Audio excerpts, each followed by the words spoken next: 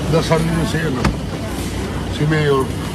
Hi, Sec. Ano pong nangyari kaya? Zen Hernandez po, ABS-CBN. Can you tell us what happened lang po? Alam mo, before we deplaned, we had a meeting with the ICC.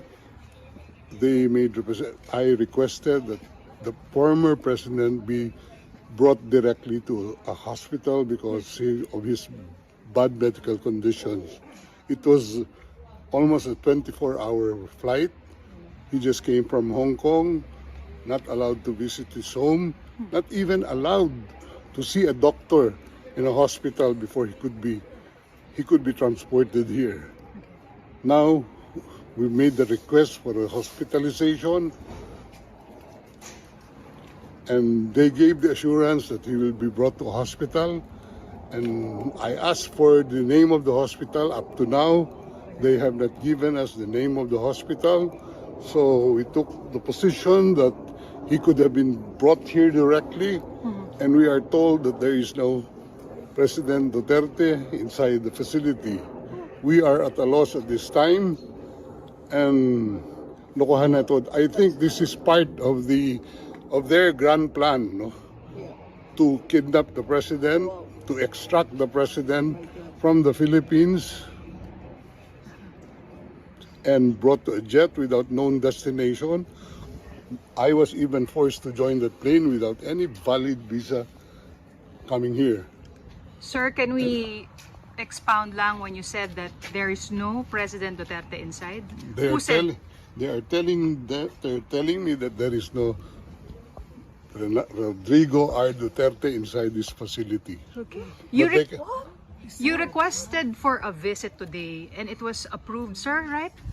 we have requested the ICC for a visit because they do not disclose what hospital he was brought to, and we assume that he was brought here last night after the planing. That's all I can say as of the moment. Is it possible he is in a hospital somewhere? I hope he is in a hospital somewhere, but not in this facility. He is allowed, according to ICC regulations, any detainee is allowed to communicate. Has he communicated to any of you? None. Zero, sir. We don't have any opportunity. We don't know where he is right now. He doesn't have any. He doesn't even have his medicines with him. Pero doon po siya sa ambulance sumakay. Sinakay siya sa ambulance, binigay lang namin yung mga records doon sa kanya, and sabi he will be well taken care of. Right. And we will be informed immediately of the name of the hospital. But hanggang ngayon, nakakalungkot at ganito ginagawa nila. So, Sec, what's the next step? What are the plans? We are going back to the ICC and ask them where he is right now. Because a family member is waiting here to see him. Yes. How is the Vice President? Well, she's waiting. Okay. And I would assume the president would want to see one of the members of his family at this So, point Sec, in time. the Vice President wants to see him. Is there a schedule for her visit now? That's what we are arranging, but we're at a loss where he is right now. Okay. So, how about you, sir? Alis muna pa ba kayo? Alis ako dito. Pinapalabas nga kami. Oh my God. Anong gusto nilang gawin? Mag-standby ako dito. Ang lamig-lamig. Ano po yung response nila sa inyo nung nag-request po kayo for a visit? Wala. Ayan. Wala daw, request for a visit dito. Wala daw ano dito. Walang preso by the name of President Rodrigo. Sir, hindi yan totoo kasi nandoon kami. Mamaya na. Pero sir, the embassy said that you're allowed a visit. Ano kayang pinagmumulan nun? Hindi. Ano yan?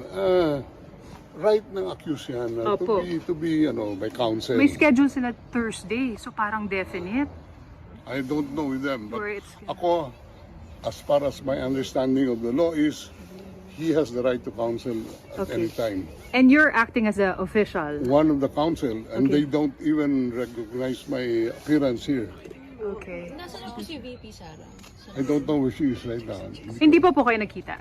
Nag-usap lang kami sa telepono, pero wala pang until So, Alright. tapos na. Okay. I have another- Thank you, sir.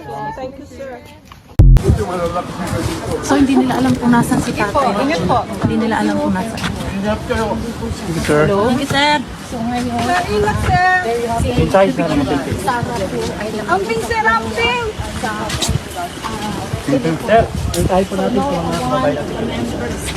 Lakasan mo lang ang loob, no?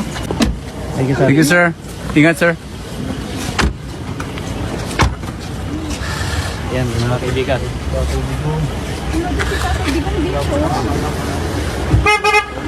Sorry. Ingat, sir. Ito, bro. Ikaw mong salita bro kasi ikaw ang kakalang ng personal.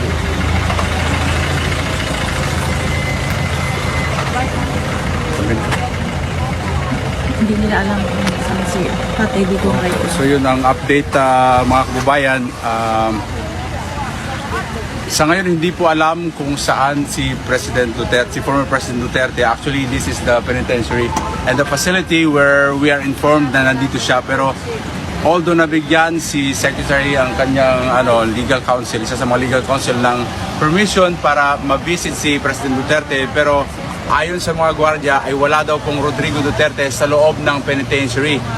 So ngayon, ang gagawin po nilang hakbang ay babalik po sila sa ICC para tanungin at i-update po sila sa mga kaganapan kung nasaan po ba talaga dinala si President Duterte. Ang kanila lang pong alam na ibinigay sa kanila ay dinala po ito sa isang ospital na hindi po rin pwedeng i-disclose kung saan po sila. At sa kasamang palad po, ang ating pong former President ay wala pong dalang kahit anong gamot.